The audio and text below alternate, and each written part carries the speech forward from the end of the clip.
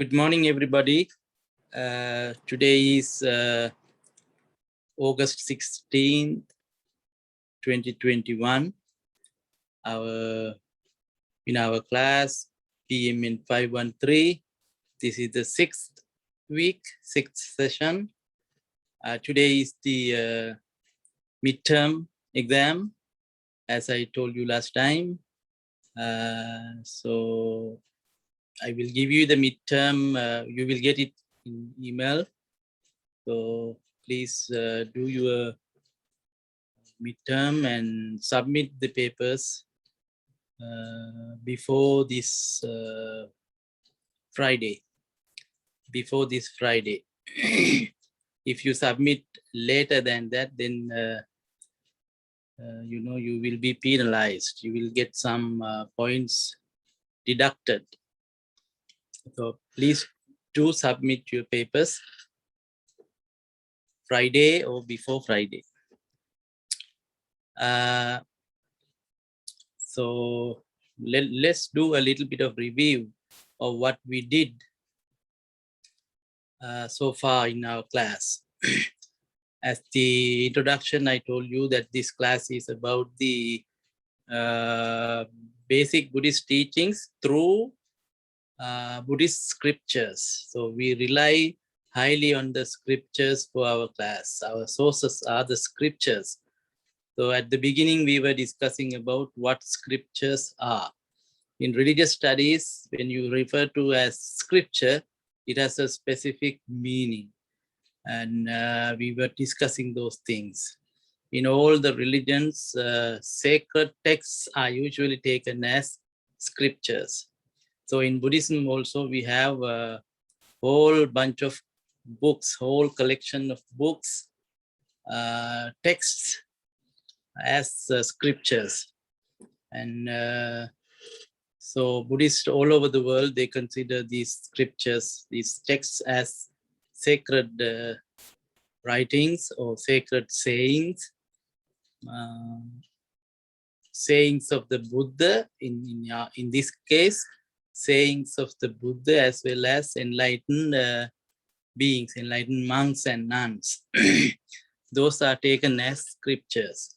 So we were looking at the canons, Pali canon, and there are some other canons like Chinese canon and Tibetan canon. So in all these canons, you find sacred scriptures. But in this class, we are only focusing basically the Pali canon and a little bit of Chinese canon. The scriptures from those two canons. Tibetan, we are not focusing in this class. And based on those scriptures, we are studying we were studying and we will be studying further some of the basic teachings of Buddhism. Before we study the basic teachings of Buddhism, first we looked at the Buddha's life, the Noble Triple Gem, I gave you a handout, a scanned paper. You went through it and it was discussing how in the scriptures triple gem is identified, how they elaborate on the idea of triple gem. Triple gem, Buddha, Dhamma, and the Sangha.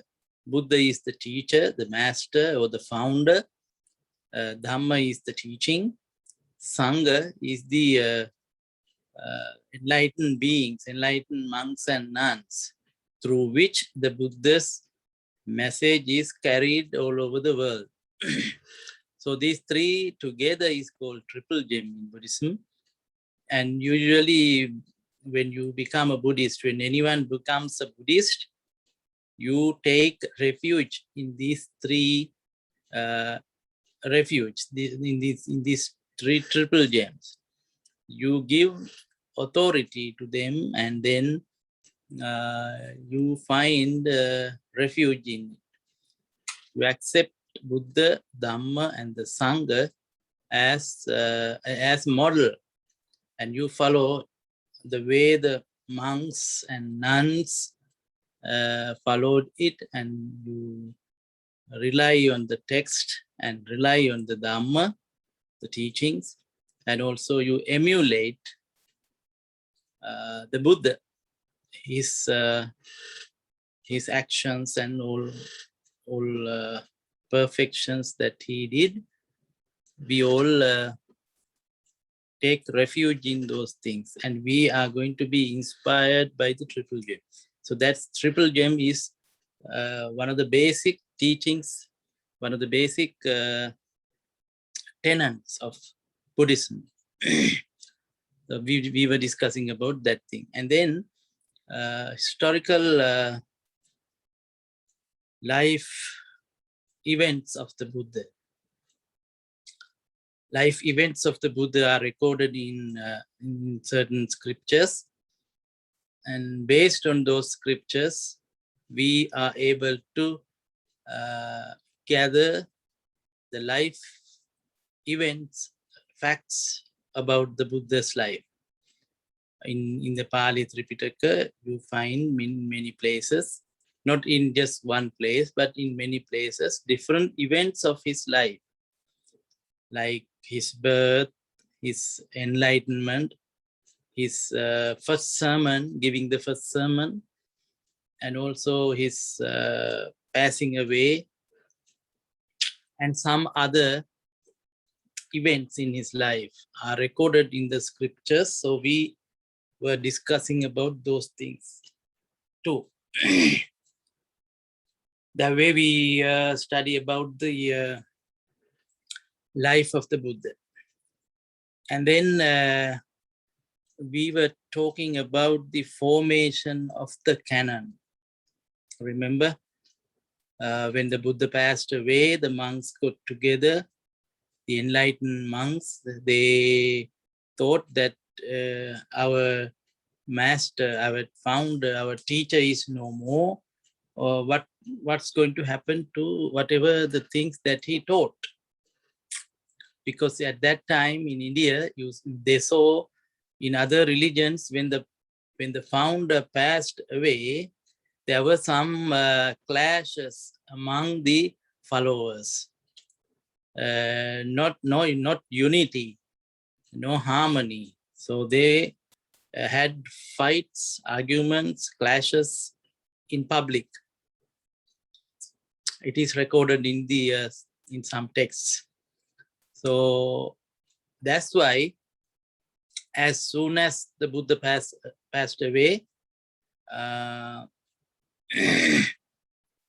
the senior monks at that time, they thought that they should get together and rehearse whatever the teachings that they have learned from the Buddha.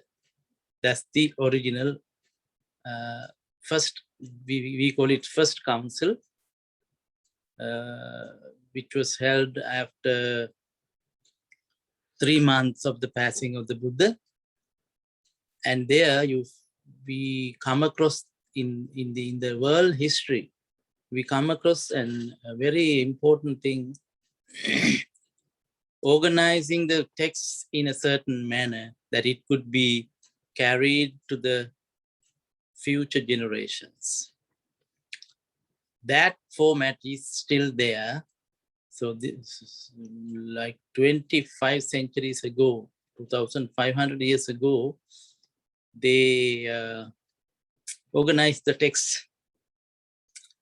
Tripitaka organized the text into 3 baskets, and that format is still there. So we have been following that format, and it's called Pali Tripitaka, Sutra, the discourses, and the Vinaya, the disciplinary rules for monks and nuns, and also the higher teachings, further additions to the basic teachings, Abhidhamma. So these 3 baskets, these 3 Tripitaka, these 3 Pitakas are the content of the Pali canon. So most of the Buddhist scriptures that we are referring in this class are coming from there. They are very old and they have some sacred and historical value. That's why we consider them as scriptures. So, and the formation of that canon, that's the long history. Don't ever think that it came in one night. No. After they rehearsed, after they discussed it in the first council, they got the format, the outline of the Tripitaka, and then the next 3 to 4 centuries, they were adding things to those baskets very nicely. And as I told you, in Sri Lanka, in the 1st century BCE, that is about 350 to 400 years after the passing of the Buddha, they wrote it down. They committed that into writing. Up until that time, the text, the scriptures were in memory, in oral tradition, from mouth to mouth. One person learns from his teacher and then he passes it to his student. Like that, it has the long history of oral transmission. In the 1st century BCE, Tripitaka appeared in written form. So it is a written thing. And now we use that written Pali canon for study and practice and whatever. So formation of the Pali canon is a long process, not just abrupt event. That we were talking about that thing. And again, we looked at the first sermon of the Buddha, first teaching of the Buddha. After Buddha attained enlightenment, he was a little puzzled whether he should teach whatever the difficult thing that he realized. Am I going to teach it to others? If I go to teach to others, they might be confused, that they cannot understand the depth of my teaching. So should I teach or should I not? To teach or not to teach? And then he came to the conclusion that there are certain people who can understand my teaching, so why not I teach them? Of course, there are many others that they cannot understand my teaching, doesn't matter. Those people who can understand, they will understand my teaching. And based on that principle, he looked for whom he should first give his teaching. So then he found out that the 5 ascetic companions who were helping him when he was doing the, 6 years of ascetic practices. When he was doing those things, there were 5 companions, and he looked at them in his inner capability, the inner knowledge, and he saw them in Varanasi, today Varanasi. Those days it was Varanasi. So he went there and he gave his first sermon. And we looked at that scripture, not the original one, but the translation. In the translation, you read that Buddha was giving out the,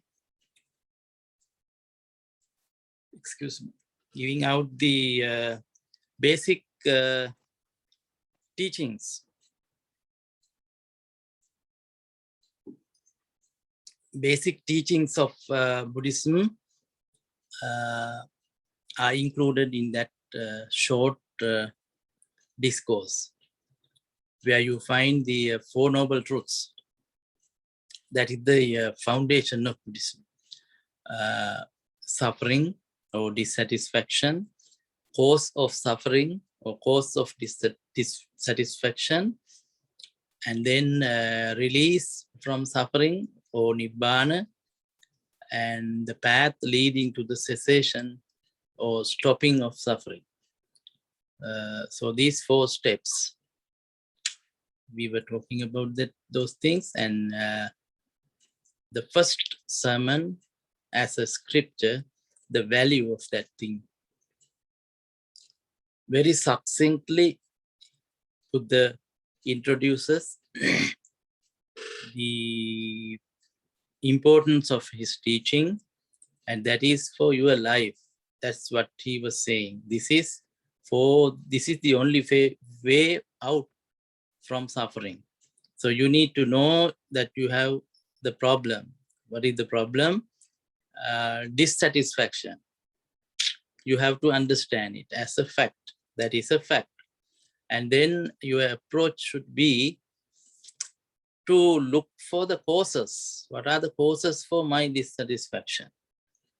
In your day-to-day life also, you should be able to recognize if you are faced with a problem, you should be able to recognize that you should understand that there should be a cause for my problem. So you have to sit and think or look at or do a research about the causes of your unhappiness or whatever the problem you have. And then you will find out the cause. After finding out the cause, you have to find out, there should be a way out of my problem, my whatever the hindrance or whatever. There should be a way out. Then you have to decide, this is the way out. This is the answer. This is the solution for my problem. In the same way, in the sutra, in the discourse, you see that Buddha says that nirvana, or the final freedom from suffering, is the answer for dissatisfaction, for suffering. And then the 4th step is that there should be a way, a path leading to the release from your problem, freedom from your problem. There should be a method, there should be a way out. So in this sutra, in this discourse, that path is explained as Noble Eightfold Path. And in another class, we were discussing about the Noble Eightfold Path, the contents in each step of the path. There are certain things that you need to understand. So to learn about the 8 steps, what are included in the steps, there are many other sub sections. So those things we discussed in the class, and we were reading about those things. So Noble Eightfold Path is one of the biggest, that is the way out. That is the path leading to the cessation of suffering according to Buddhist teachings. That one is in the scriptures. I guess that's all we discussed so far in our class. So your questions will be based on whatever the things that we covered. It will be a simple question, perhaps. You will be able to answer it, don't worry. But the very important thing is, please submit your papers by the end of Friday, this Friday. Today is Monday, so you have 4 or 5 days to complete and submit them before Friday. As I told you, please write down your name in the paper so that I can trace you. Otherwise, Without names, I do not know you because I don't see you. If I see you, perhaps I might be able to recognize you, but in the paper, you have to write your name, and then only I can trace you. So please submit your papers in Word format, Microsoft Word format. That way I can keep track on them in my computer. So please do so. And if you have any questions, please email me, call me, whatever the easy way. And that will be the end of today's review session, not too much. So study for the midterm and do good job. Good luck. Thank you very much.